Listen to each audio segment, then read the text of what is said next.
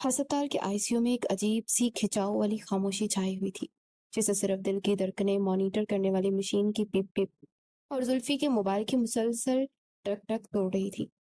بستر پر دادا جان oxygen mask لگائے آنکھیں بند کے لیٹے تھے، اور ان کے ارد گرد دو خاندان کھڑے تھے جنہیں ایک دوسرے کا سایہ بھی برداشت نہیں تھا۔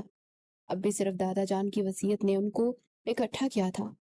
حویلی اور آبائی زمینیں تو دادا جان اپنی زندگی میں ہی دونوں بیٹوں طارق اور خالد میں برابر کی بانٹ چکے تھے، مگر اصل تنازع وہ ملٹی نیشنل کمپنی تھی جو دادا جان نے خود خریدی اور بنائی تھی۔ وہ کمپنی جس میں طارق صاحب کا بیٹا زاویار دن رات محنت کر کے اسے آسمان کی بلندیوں تک لے گیا تھا، کہ خالد صاحب کا بیٹا زلفی جو اس وقت آئی سی یو میں دادا جان کے ساتھ فلٹر لگا کر سیلفی لے رہا تھا، اس کمپنی کا 50% وارث بننے کا خواب دکھ رہا تھا۔ فیلنگ سیڈ، وہ دادا جان پلیز پرے فار دادا جان۔ زلفی نے بڑبڑاتے انسٹاگرام پر سٹوری پوسٹ کی اور مڑ کر نرس سے پوچھا، ایکسکیوز می سسٹر، اس آئی سی یو کا وائی فائی پاسورڈ کیا ہے؟ میرے سگنل ڈراپ ہو رہے ہیں۔ نرس نے اسے گرا اور طارق صاحب کا غصہ قابو سے باہر ہو گیا۔ اس جوکر کے ہاتھ سے موبائل چھینو خالد، ابا جان بستر مرگ پر ہیں اور تمہارے اس نکمے لاڈلے کو سوشل میڈیا کی پڑی ہے۔ طارق صاحب نے دانت پیستے اپنے چھوٹے بھائی سے کہا۔ خالد صاحب نے فوراً سے اپنے بیٹے کا دفاع کیا، آپ میرے بیٹے پر مت چلائیں بھائی جان، اپنے دادا کے ساتھ آخری لمحات محفوظ کر رہا ہے، اور آپ کو اصل تکلیف زلفی کی سیلفی سے نہیں بلکہ اس بات سے کہ کل کو یہ کمپنی کا آدھا مالک بننے والا ہے۔ طارق صاحب نے تمسخرانہ ہنسی ہنسی، مالک؟ یہ لوزر جو سارا دن دوستوں کے ساتھ پارٹیاں کرتا ہے، جس نے آج تک 1 روپے کا کام نہیں کیا، وہ اس کمپنی کا مالک بنے گا جسے میرے زاویہ نے اپنے خون پسینے سے سینچا ہے؟ ابا جان بے شک اس وقت بول نہیں سکتے، لیکن وہ اتنے بے وقوف نہیں کہ اپنی زندگی بھر کی کمائی اس نالائق کے حوالے کر دیں۔ زاویہ اس کمپنی کا اصل وارث ہے، وہی اسے چلا رہا ہے۔ نجمہ بیگم، زاویہ کی والدہ نے بھی فوراً شوہر کی ہاں میں ہاں ملائی۔ بالکل، حویلی کا آئدہ حصہ لے کر بھی آپ لوگوں کا پیٹ نہیں بڑھا، جب کمپنی پر نظریں جمائے بیٹھے ہیں۔ انشال کی خالہ شہناز، جو کہ خالد صاحب کی طرف سے مورچہ سنبھالے ہوئی تھی، فوراً آگے بڑھی۔ زاویار وہاں صرف ایک امپلائی کی حیثیت سے کام کرتا ہے نجمہ بھابی، کمپنی ابا جان کی ہے اور قانون کے مطابق آدھا حصہ ہمارے خالد بھائی اور زلفی کا بنتا ہے۔ آپ لوگ کیسے غلط فہمی میں نہ رہیں؟ زلفی نے کان کھجاتے بیچ میں مداخلت کی۔ تائی جان آپ ٹینشن کیوں لیتے ہیں؟ کمپنی کا چارج سنبھالتے ہی میں نے سوچا ہے وہاں ایک شاندار گیمنگ زون اور کیفے بنواؤں گا۔ امپلائر کی مینٹل ہیلتھ بھی تو کچھ چیز ہوتی ہے نا۔ طارق صاحب نے شدید غصے سے اپنا ماتھا پیٹ لیا کہ کس احمد سے ان کا پالا پڑ گیا۔ اس سے پہلے کہ دونوں بابیوں سے ہاتھا پائی کی نوبت آتی، دروازہ کھلا اور دادا جان کے پرانے اور خاندانی وکیل صفدر صاحب بریف کیس پکڑے اندر داخل ہوئے۔ ان کے چہرے پر شدید پریشانی تھی، سب کی نظریں ان پر اور بریف کیس پر جم گئی تھی جس میں دادا جان کی اس قیمتی کمپنی کا فیصلہ تھا۔ وکیل صاحب نے اینک ناک پر ٹکائی اور گلا صاف کرتے ہوئے بولے، دیکھیں طارق صاحب، خالد صاحب، چودھری صاحب نے مجھے آج صبح سے اپنی وصیت میں حتمی تبدیلی کروا کر بلایا تھا۔ ڈاکٹرز کے مطابق ان کے پاس وقت کم ہے، اس لیے میں براہ راست مدعے پر آتا ہوں۔ دادا جان نے ہلکی آنکھ کھولی اور وکیل کی طرف دیکھ کر ایک کمزور سی کراہ نکالی، جیسے اسے جلدی پڑھنے کا اشارہ کر رہے ہوں۔ وکیل صاحب نے وصیت نامہ نکالا اور پڑھنا شروع کیا۔ میں چودھری فضل الدین اپنے پورے ہوش و حواس میں اپنی ملٹی نیشنل کمپنی کے مستقبل کا فیصلہ کر رہا ہوں۔ جیسا کہ حویلی اور زمینیں پہلے ہی برابر تقسیم ہو چکی ہے، میری یہ کمپنی میرے دونوں خاندان کے درمیان دشمنی اور فساد کی جڑ بن چکی ہے۔ میں نہیں چاہتا کہ میرے مرنے کے بعد میرے بیٹے عدالتوں کے چکر کاٹے، اس لیے میں یہ شرط عائد کرتا ہوں کہ یہ کمپنی طارق اور خالد دونوں کے نام 50-50% شیئر کے ساتھ منتقل کیا جائے گی۔ لیکن وکیل نے ایک لمبا وقفہ لیا، لیکن اس صورت میں جب یہ دونوں خاندان اپنی دشمنی مٹا کر ایک ہو جائیں، اور اس کا واحد طریقہ یہ ہے کہ طارق کا بیٹا زاویار خالد کی بیٹی انشال سے آج ابھی اور اسی وقت نکاح کرے۔ اگر یہ نکاح نہ ہوا تو کمپنی کے 100% شیئرز سرکاری فلاحی اداروں کو عطیہ کر دیے جائیں گے۔ آئی سی یو میں جیسے کسی نے ٹائم بم پھاڑ دیا تھا، موت جیسی خاموشی چھا گئی تھی، اور پھر طوفان آ گیا۔ کیا بکواس ہے یہ صفدر صاحب؟ میرے بیٹے کی شادی اس خالد کی ضدی اور منہ پھٹ بیٹی سے؟ یہ ناممکن ہے۔ نجمہ بیگم چیخ اٹھی۔ خالد صاحب بھی پھٹ پڑے۔ میری بیٹی کو بوجھ نہیں ہے جو میں آپ کے اس مغرور بیٹے کے آگے باندھ دوں۔ میں جائیداد پر لات مارتا ہوں لیکن اپنی بیٹی انشال کا رشتہ ان لوگوں کو نہیں دوں گا۔ دونوں بھائی وکیل پر پل پڑے تھے کہ وصیت جعلی ہے۔ زلفی نے حیرت سے فون نیچے کیا۔ مطلب گیمنگ زون کینسل؟ دادا جان آکسیجن ماسک کے پیچھے سے یہ سارا تماشا دیکھ رہے تھے۔ ان کی انگلیاں ہلکی ہلکی حرکت کر رہی تھی اور شاید انتظار کر رہے تھے کہ کب ان کا ماسٹر پلان کام کرے گا۔ اس ہنگامے کے درمیان آئی سی یو کا دروازہ ایک زوردار جھٹکے سے کھلا۔ یہ زاویار تھا۔ وہ ایک انتہائی اہم بزنس میٹنگ چھوڑ کر اسپتال پہنچا تھا۔ اس کا مہنگا 3 پیس سوٹ بے ترتیب تھا، ٹائی ڈھیلی تھی اور شدید غصے میں لگ رہا تھا۔ کیا ہو رہا ہے؟ باہر کوریڈور تک آپ لوگوں کے لڑنے کی آوازیں آ رہی ہیں۔ دادا جان کیسے ہیں؟ زاویر نے آتے ہی پوچھا۔ طارق صاحب نے سر پکڑ لیا۔ دادا جان تو جیسے بھی ہیں وہ تمہیں دیکھ لو، لیکن جاتے جاتے وہ جو بم گرا رہے ہیں نا وہ تم نہیں برداشت کر پاؤ گے۔ کہہ رہے ہیں کہ کمپنی آدھی آدھی تبھی ہوگی جب تم انشال سے نکاح کرو گے، ورنہ سب کچھ ٹرسٹ کو چلا جائے گا۔ زاویر کے قدم وہیں جم گئے۔ اس کے دماغ میں انشال کا نام ہتھوڑے کی طرح لگا۔ اس کا رنگ غصے سے سرخ ہو گیا۔ انشال، وہ آفت کی پڑیا۔ زاویر کا تو 20 منٹ پہلے سڑک پر پیش آنے والا واقعہ وہ یاد آیا جس میں اس نے سارا دن برباد کر دیا تھا۔ وہ اسپتال آ رہا تھا۔ اس کی چمکتی ہوئی بلیک سیوک ایک سگنل پر کھڑی تھی۔ اچانک پیچھے سے ایک پیلے رنگ کی اسکوٹی لہراتی ہوئی اور سیدھی اس کی گاڑی کے پیچھے بمپر آ لگی۔ ٹھاک کی آواز سے زاویہ نے بریک پر زور سے پاؤں مارا اور غصے سے باہر نکل کر اسکوٹی پر ایک لڑکی سوار تھی جس نے ہیلمٹ پہننے کے بجائے آنکھوں پر بڑا سا کالا چشمہ لگایا ہوا تھا اور گلے میں ایک لمبا سا مفلر لپیٹ رکھا تھا۔ وہ انشال تھی جو آج اپنی دوست سے اسکوٹی چلانا سیکھ کر سیدھا مین روڈ پر آ گئی تھی۔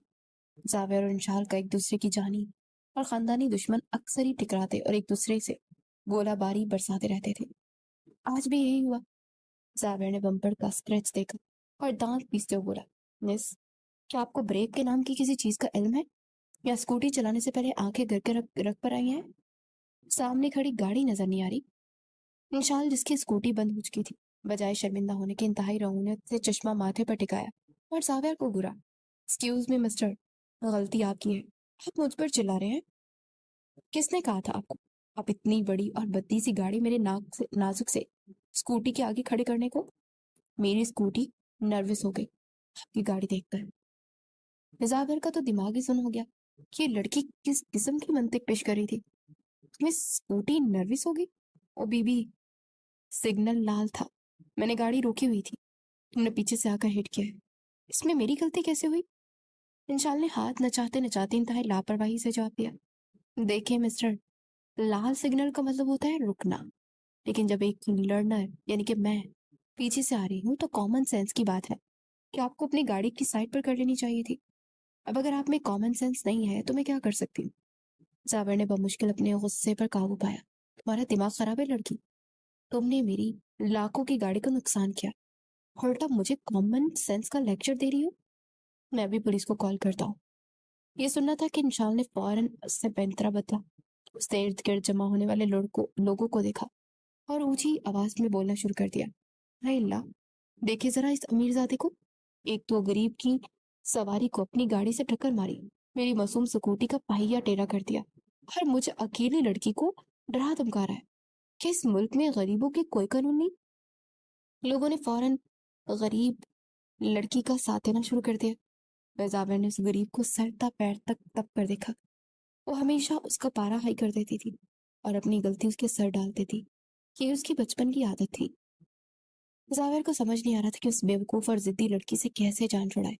لوگوں کا ہجوم دیکھ کر زاویر کو آخر کار مجبوری میں وہاں سے چپ چاپ نکلنا پڑا اور وہ سارا راستہ اس لڑکی کی بیوقوفی اور ڈٹھائی کو کوستا ہوا اسپتال پہنچا۔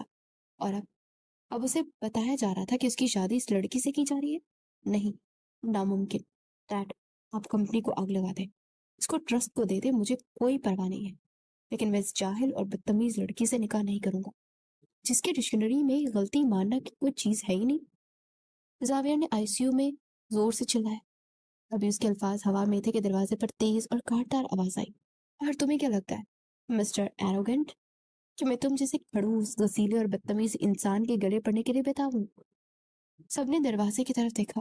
انشال کھڑی تھی، وہ بھی شہناز خالہ کی ایمرجنسی کال پر سیدھی سڑک سے اسپتال پہنچی تھی۔ خالہ نے اسے بریکنگ نیوز دے دی تھی اور اس وقت وہ حواسوں میں نہیں لگ رہی تھی۔ انشال کے بال الجھے ہوئے تھے، چہرے پر غصہ تھا اور اس نے وہی کالا چشمہ سر پر ٹکایا ہوا تھا۔ جیسے اس کی نظر زاویار پر پڑی، وہ حیرت سے اچھل پڑی، اور اس سے پہلے کہ وہ سڑک والی جنگ کٹیتو کرتی، شہناز خالہ نے انشال کا ہاتھ پکڑا۔ انشال بیٹا، دادا جان کی وصیت کے مطابق آدھی کمپنی کے لیے تمہارا اس سے نکاح ہونا ضروری ہے۔ انشال کا منہ کھلے کا کھلا رہ گیا۔ اس نے زاویار کو سر سے پیر تک دیکھا اور پھر ایک کہکا لگایا جو آئی سی یو میں انتہائی غیر مناسب لگ رہا تھا۔ اس سے میری شادی؟ خالہ، آپ کا دماغ تو ٹھیک ہے؟ میں اس سے شادی کرنے سے بہتر نہ اپنی اسکوٹی کے ٹائر نیچے آ کر نہ جان دے دوں۔ انشال نے اتنا شور مچایا کہ نرس دوڑتی ہوئی اندر آئی۔ خدا کے لیے خاموش ہو جائے، یہ آئی سی یو ہے، کوئی مچھلی بازار نہیں۔ زاویر نے دانت پیستے اپنے باپ کی طرف دیکھا۔ ڈیڈ، اب دیکھ رہے ہیں اس کی زبان؟ یہ لڑکی ایک دن میرے گھر میں نہیں ٹک سکتی، پوری زندگی گزارنا تو دور کی بات ہے۔ آپ کمپنی بھول جائیں۔ طارق صاحب نے اسے سختی سے گھورا۔ چپ کر جاؤ زاویہ، یہ صرف تمہاری بات نہیں ہے، یہ اس کمپنی کی بات ہے جسے میں نے اور تم نے مل کر ٹاپ پر پہنچایا ہے۔ تم چاہتے ہو کہ زلفی جیسا نالائق اس کا مالک بن جائے؟ تم نکاح کرو گے اور ہر حال میں کرو گے۔ خالد صاحب بھی انشال کے غصے سے اسے ڈانٹ رہے تھے۔ انشال، اپنا یہ ڈرامہ بند کرو، آدھی کمپنی ہے، تم چاہتے ہو کہ تمہارا باپ اور بھائی سڑک پر آ جائے؟ تم نکاح نامے پر سائن کرو گی۔ انشال نے رونے والا منہ بنا لیا۔ آپ کو کمپنی پیاری ہے یا اپنی بیٹی؟ مجھے اس کھڑوس کے حوالے کر رہے ہیں جو بات بات پر چیختا ہے؟ یہ تو مجھے ایک دن بھی مار دے گا۔ زلفی نے فون سے نظریں ہٹائے بغیر کہا، انشال مان جا یار، مجھے گیمنگ زون بنانا ہے، تیری قربانی رائے گا نہیں جائے گی۔ انشال نے زلفی کو کچا چبانے والی نظروں سے دیکھا۔ زاویہ نے غم سے، غصے سے قدم آگے بڑھایا۔ میں چیختا ہوں، تم اپنی حرکتیں دیکھو۔ اس سے پہلے کہ وہ دوبارہ لڑنا شروع ہوتے اور دادا جان کے مانیٹر مشین پر اچانک پیپ پیپ کی تیز اور بے ترتیب آواز آنے لگی۔ دادا جان کا سینہ تیزی سے اوپر نیچے ہونے لگا۔ وہ زور سے سانسیں لینے کی کوشش کر رہے تھے۔ وکیل صفدر گھبرا کر چلائے، جلدی کرے طارق صاحب، وقت نکلا جا رہا ہے۔ چودھری صاحب، کسی بھی وقت، بس مولوی صاحب کو میں بلوا لایا ہوں، وہ باہر ہی کھڑے ہیں۔ دادا جان نے کانپتا ہاتھ اٹھایا، بمشکل ٹوٹے الفاظ میں کہا، میرے بچوں، اگر یہ نکاح نہ ہوا تو میری روح ہمیشہ بھٹکتی رہے گی۔ کیا تم اپنے باپ کو سکون سے مرتے نہیں دیکھ سکتے؟ یہ جذباتی بلیک میلنگ اتنی زبردست کہ دونوں خاندانوں کے دل پسیج گئے۔ یہ شاید 50-50% کمپنی چھن جانے کا خوف غالب آ گیا۔ طارق اور خالد نے ایک دوسرے کی طرف دیکھا اور سر ہلا دیا۔ مولوی صاحب کو فوراً اندر بلایا گیا۔ مولوی صاحب نے صورتحال کی نزاکت دیکھتے طویل خطبے کی بجائے ڈائریکٹ مدعے پر آنے کا فیصلہ کیا۔ انشال مسلسل رو رہی تھی اور زاویر کو ایسی نظروں سے گھور رہی تھی جیسے وہ اسے کچا چبا جائے گی۔ زاویر نے بازو سینے پر باندھے، اس کا چہرہ سپاٹ تھا اور ماتھے کی رگیں ابڑی ہوئی تھی۔ انشال بنت خالد، کیا آپ کو زاویار بن طارق کے ساتھ اپنا نکاح 50 لاکھ حق مہر کی عوض قبول ہے؟ مولوی صاحب نے جلدی سے پوچھا۔ انشال نے زور سے ناک سکیڑی، زاویار کی طرف دیکھا جو اسے آنکھوں ہی آنکھوں میں وارننگ دے رہا تھا کہ ہاں کی تو مجھ سے برا کوئی نہیں ہوگا۔ انشال نے تڑپ کر دادا جان کی طرف دیکھا جو ایسے اداکاری کر رہے تھے جیسے ان کی اگلی سانس آخری قبول ہے۔ انشال نے روتے ہوئے کہا جیسے کسی نے اس کی گردن پر بندوق رکھ دی ہو۔ زاویار نے گہرا سانس لیا۔ وہ اتنی آسانی سے کیسے مان سکتی تھی؟ دل میں سوچا مگر لبوں پر صرف خاموشی تھی۔ زاویار بن طارق، کیا آپ کو قبول ہے؟ قبول ہے، قبول ہے۔ بس اب جلدی سے سائن کروائے مولوی صاحب، اس سے پہلے کہ میرا ارادہ بدل جائے۔ زاویار نے جھنجھلا کر کہا۔ اسے لگ رہا تھا کہ جیسے وہ اپنی موت کے پروانے پر دستخط کر رہا ہو۔ جیسے ہی دونوں نے سائن کیے، کمرے کی فضا میں ایک دم بدل گئی۔ طارق صاحب اور خالد صاحب نے ایک دوسرے کی طرف دیکھا۔ کمپنی کے شیئر بچ چکے تھے۔ خوشی میں انہوں نے ایک دوسرے کو زبردستی گلے لگائے۔ مبارک ہو بھائی جان۔ خالد صاحب نے دانت پیستے ہوئے کہا، تمہیں بھی۔ طارق صاحب نے سر پہری سے جواب دیا۔ انشال وہیں کرسی پر بیٹھ کر منہ چھپا کر رونے لگی۔ ہائے، میرا تو مستقبل تباہ ہو گیا، میری سکوٹی کی دشمنی سے ہی میری شادی ہو گئی۔ زاویر نے آسمان کی طرف دیکھا۔ یا اللہ، میں نے ایسا کون سا گناہ کیا تھا جس کی اتنی بڑی سزا تو نے دی؟ مگر سب سے حیران کن اور دلچسپ منظر بستر پر تھا۔ دادا جان ابھی تک جو مرنے کی بالکل قریب لگ رہے تھے، ان کی سانسیں اچانک بالکل نارمل ہو گئی۔ انہوں نے دھیرے سے آنکھیں کھولی، ایک لمبی اور پرسکون سانس لی۔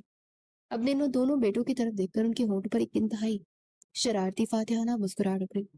انہوں نے انشال اور زاویر کی طرف دیکھا، اپنا دایاں ہاتھ اٹھا کر انہیں تھمز اپ کا اشارہ کیا اور پھر سکون سے آنکھیں بند کر لی۔ ایک گہری مسکراہٹ کے ساتھ ان کی گردن ایک طرف ڈھلک گئی. مانیٹر مشین پر ایک سیدھی لائن آ گئی اور ایک لمبی پیپ کی آواز پوری آئی سی یو میں گونج گئی. دادا جان نے اپنا آخری اور سب سے بڑا ماسٹر اسٹروک کھیلا اور انتہائی سکون سے اسے دنیا سے رخصت ہو گئے. کمرے میں ایک دم سے کہرام مچ گیا. طارق اور خالد دونوں روتے بستر پر گر پڑے. انشال نے رونا بند کر کے حیرت سے دادا جان کو دیکھا اور زاویہ کی آنکھیں پھٹی کی پھٹی رہ گئی. ان کا نکاح تو ہو گیا تھا, کمپنی کے شیئرز بھی بچ گئے تھے, لیکن دادا جان کی اس اچانک موت کی وجہ سے رخصتی کو کچھ دنوں کے لیے ملتوی کرنا پڑا, جس کا مطلب یہ تھا کہ جنگ ابھی ختم نہیں ہوئی تھی, بلکہ اس باقاعدہ جنگ کا تو ابھی صرف اعلان ہوا تھا. دادا جان کے سوئم کی رسومات ختم ہوتے ہی حویلی میں ماتم کا رنگ بدل گیا. ایک بار پھر سے میدان جنگ کا میدان سا ہو گیا تھا. طارق صاحب اور خالد صاحب نے پچھلے 3 دن صرف اس لیے ایک دوسرے کو برداشت کیا تھا کیونکہ مہمانوں کی آمد و رفت جاری تھی.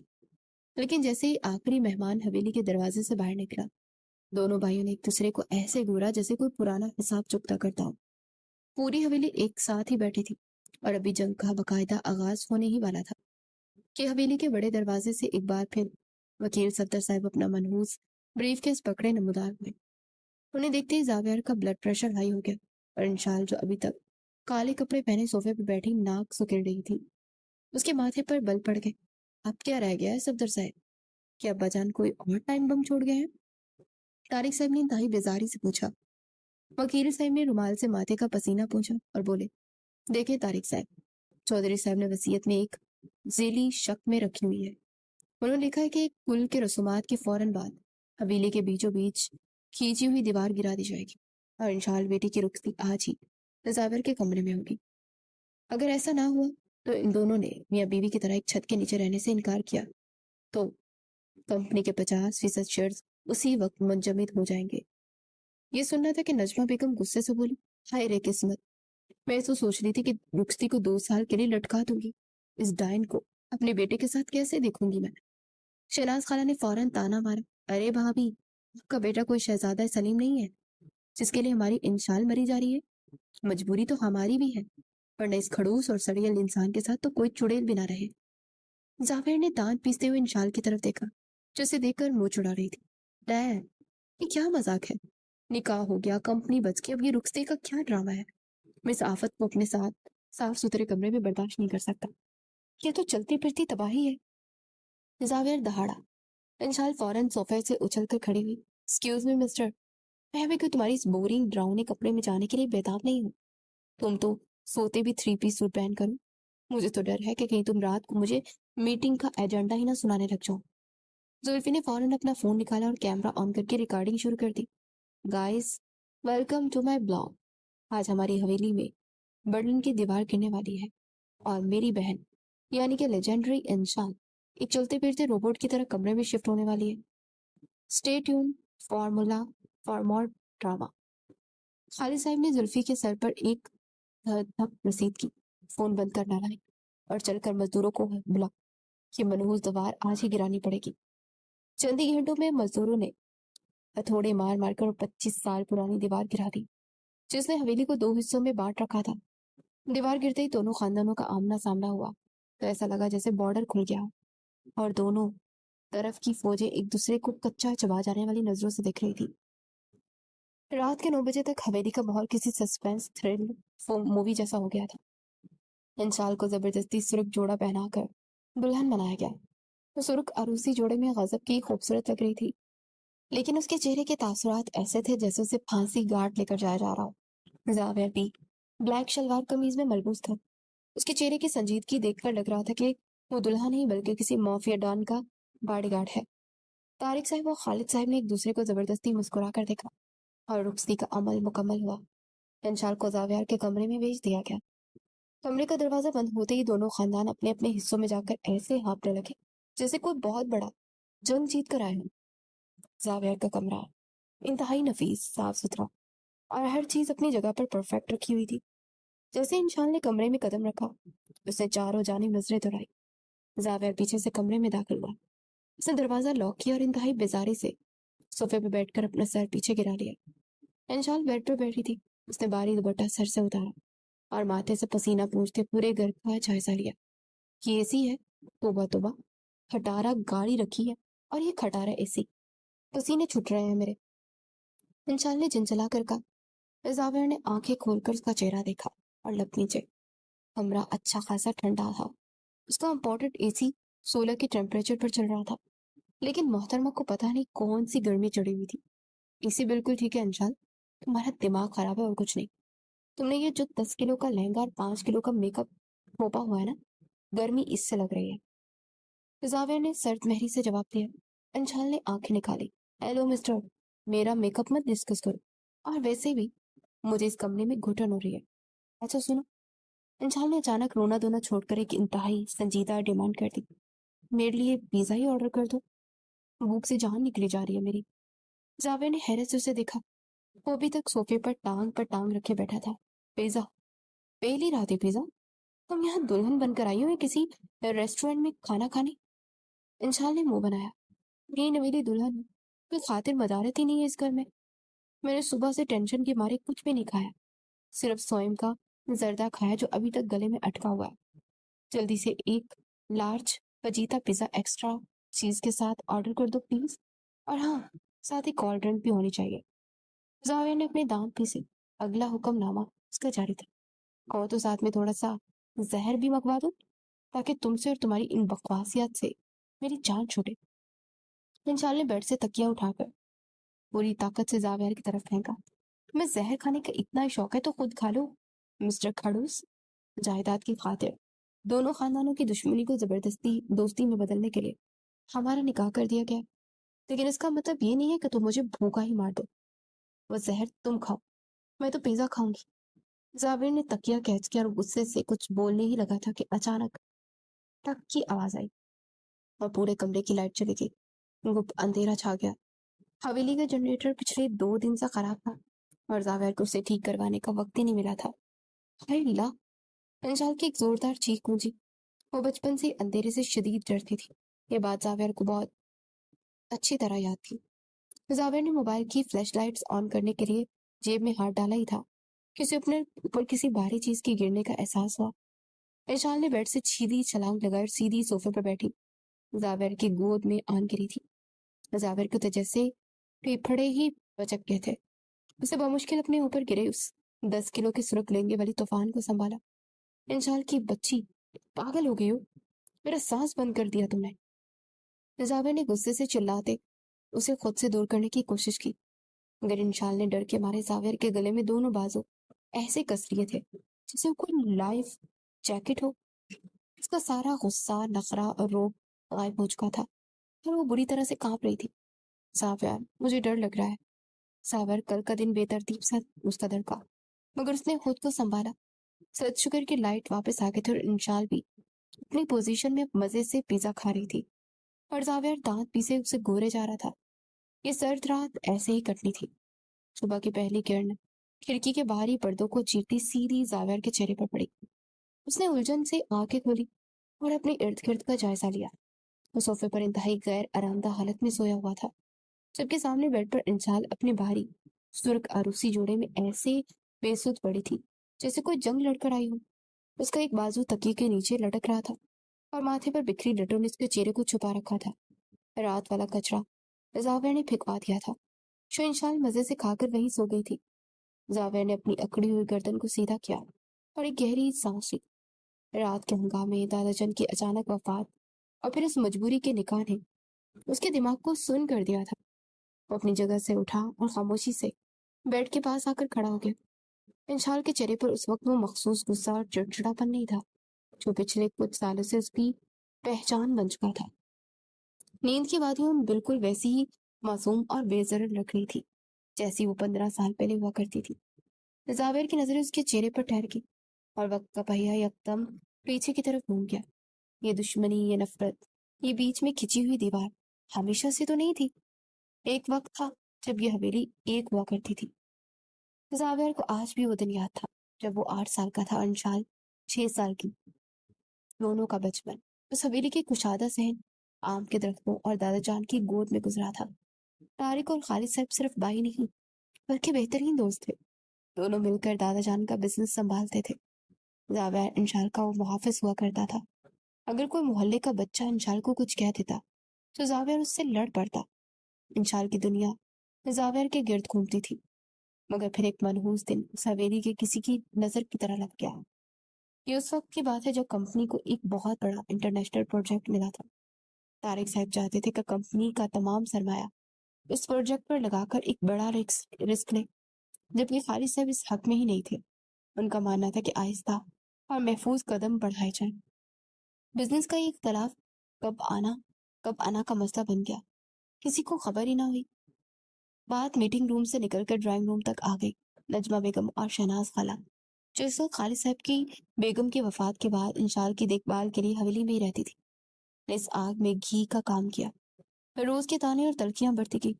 زاویر کو وہ رات کبھی نہیں بھول سکتی تھی جو حویلی کے صحن میں دونوں بھائیوں کے درمیان آخری اور سب سے بھیانک لڑائی ہوئی تھی۔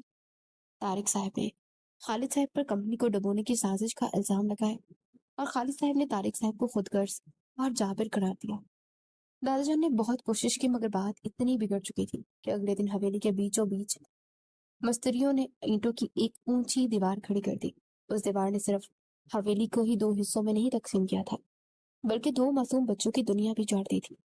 جس دن وہ دیوار مکمل ہو رہی تھی، زاویر اپنے حصے کی بالکنی میں کھڑا رو رہا تھا اور نیچے انشال اپنے ہاتھ میں وہ چھوٹی سی پلاسٹک کی گاڑی لی کھڑی تھی جو زاویر نے اسے میلے سے دلا کر دی تھی۔ انشال کی آنکھوں میں آنسو تھے اور بار بار زاویر کو نیچے بلا رہی تھی۔ زوئی، نیچے آؤ نا، ہم چھپن چھپائی کھیلیں گے۔ 6 سالہ انشال کی وہ معصوم آواز آج بھی زاویر کے کانوں میں گونجتی تھی۔ زاویر نیچے جانے لگا تو طارق صاحب نے اس کا بازو سختی سے پکڑ لیا۔ آج کے بعد تم اس لڑکے اور اس خاندان سے دور رہو گے زاویر، وہ ہمارے دشمن ہے۔ زاویر کو زبردستی کمرے میں بند کر دیا گیا۔ کئی دنوں تک انشال اس دیوار کے پار کھڑی زاویر کا انتظار کرتی رہی۔ زاویر چھپ کر اسے دیکھتا مگر اپنے باپ کے خوف سے باہر نہ جا سکتا تھا۔ بچوں کے ذہن کچی مٹی کی طرح ہوتے ہیں، جو نقش ان پر ایک بار بن جائے وہ زندگی بھر نہیں مٹتا۔ بڑوں نے اپنے دلوں کا زہر آہستہ آہستہ ان کے دلوں میں گھول دیا۔ نجمہ بیگم روز زاویر کو بتاتی کہ انشال اور ان کا خاندان کتنے برے ہیں، جبکہ شہناز خالہ انشال کے دماغ میں یہ بٹھاتی کہ زاویر ایک مغرور اور خود غرض لڑکا ہے جس نے اسے دھوکہ دیا۔ فاصلے بڑھتے گئے اور وہ دوستی جو بچپن کی سب سے خوبصورت یاد تھی ایک ایسی سرد جنگ میں بدل گئی جن میں دونوں ایک دوسرے کو نیچا دکھانے کا کوئی موقع ہاتھ سے جانے نہیں دیتے تھے۔ اسکول، کالج اور پھر خاندانی تقریبات، ہر جگہ زاویر اور انشال کا آمنا سامنا ایک طوفان کو جنم دیتا تھا۔ انشال نے اپنے دکھ اور مایوسی کو ایک تیز دھاڑ رویے کے پیچھے چھپا لیا تھا۔ وہ زاویر کو دیکھتے ہی زہر اگلنے لگتی تھی، اور زاویر جو قدرتی طور پر سنجیدہ اور کم گو تھا، اس نے اپنے ارد گرد ایک غول فرما لیا۔ وہ انشال کی ہر بات کا جواب طنز اور سرد مہری سے دینے لگا۔ وہ جو ایک دوسرے کی جان ہوا کرتے تھے اب ایک دوسرے کی جان کے دشمن بن چکے تھے۔ کتنا وقت گزر گیا مگر آج بھی اندر سے وہی ضدی اور غسیلی بچی انشال، اور شاید میں بھی۔ زاویر نے دل ہی دل میں سوچا اور ایک گہری سانس لی اور ماضی کی ان تلخ یادوں سے باہر نکل آیا۔ اچانک انشال نے کسمسا کر آنکھیں کھولی۔ اس کی نظر سب سے پہلے اپنے باہری لہنگے پر پڑی، پھر سامنے کھڑے زاویر پر۔ ایک لمحے کے لیے اس کی آنکھوں میں الجھن بڑھی اور اسے پچھلی رات کا سارا ہنگامہ یاد آ گیا۔ اس نے فوراً ماتھے پر پڑی لٹے پیچھے کی اور اٹھ کر بیٹھنے کی کوشش کی، مگر باہری زیورات اور گردن کے غلط زاویے کی وجہ سے اسے منہ سے ہلکی سی کرا نکل گئی۔ اور میری گردن، انشال نے اپنا دوپٹہ سنبھالتے ہوئے کہا۔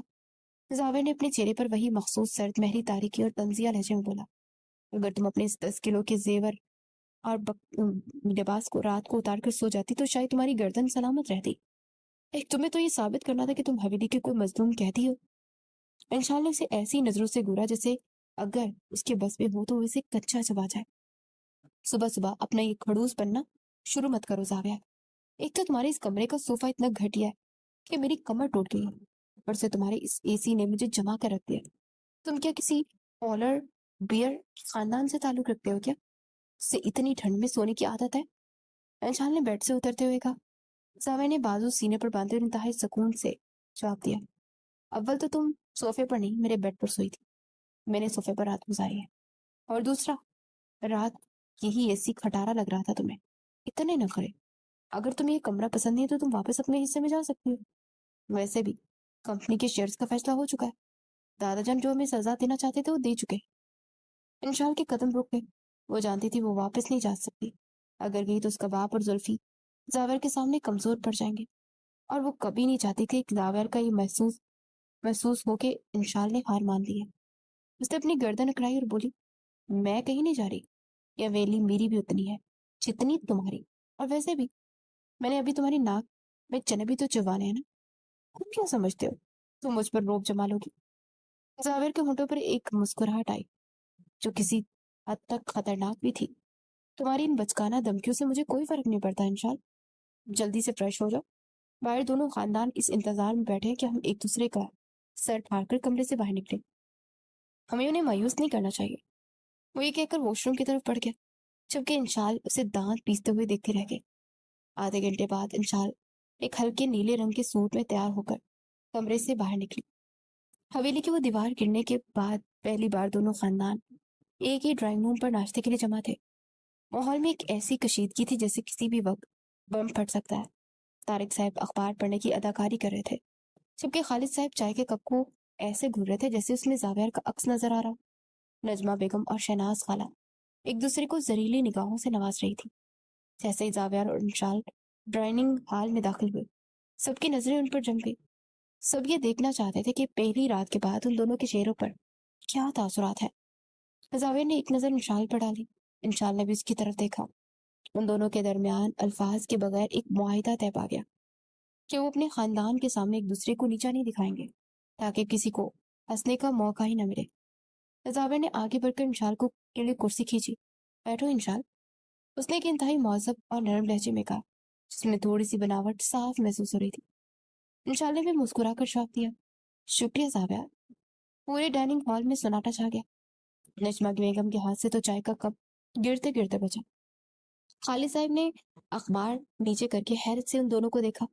زاویہ اپنی کرسی پر بیٹھا اسے انتہائی سکون سے بریڈ پر مکھن لگانا شروع کیا۔ تمہیں کیا دوں انشال، انڈا یا جیم؟ زاویہ نے پوچھا۔ انشال نے اس کے اس کھیل کو سمجھتے ہوئے اس کے انداز میں اسے جواب دیا، بس تھوڑا سا جیم دے دو، رات کی پیزا کے بعد کچھ خاص بھوک ہی نہیں ہے۔ طارق صاحب نے کھنکھارا اور بولے، زاویہ بیٹا، کمپنی کے کچھ ضروری معاملات ہیں جو آج ہی ڈسکس کرنے ہیں۔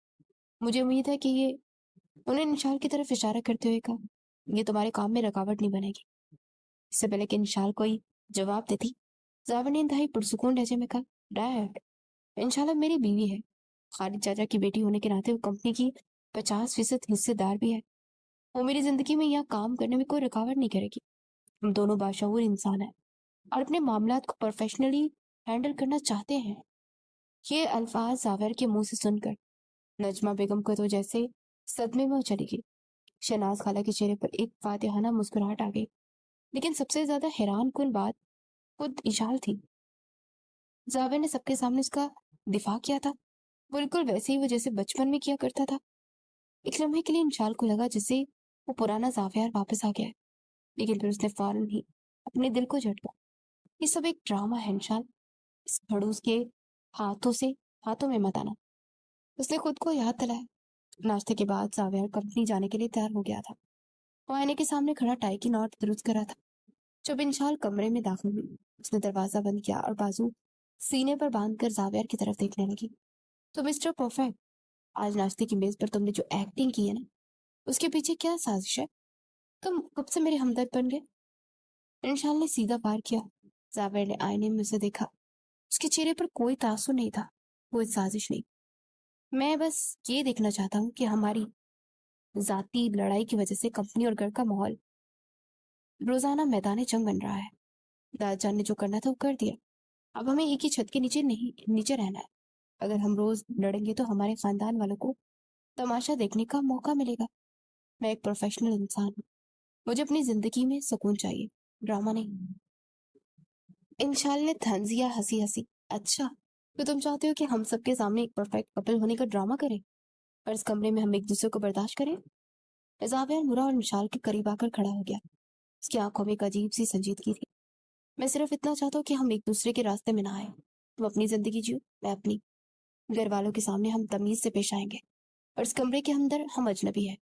ایک بزنس ڈیل سمجھ لو۔ تم مجھے تنگ نہیں کرو گی اور میں تمہاری آزادی پر کوئی پابندی نہیں لگاؤں گا، منظور ہے؟ انشال نے اس کی آنکھوں میں دیکھا، وہاں کوئی جذبہ نہیں تھا،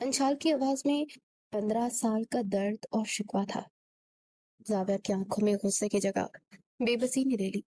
وہ جانتا تھا کہ انشال کیا سوچتی ہے۔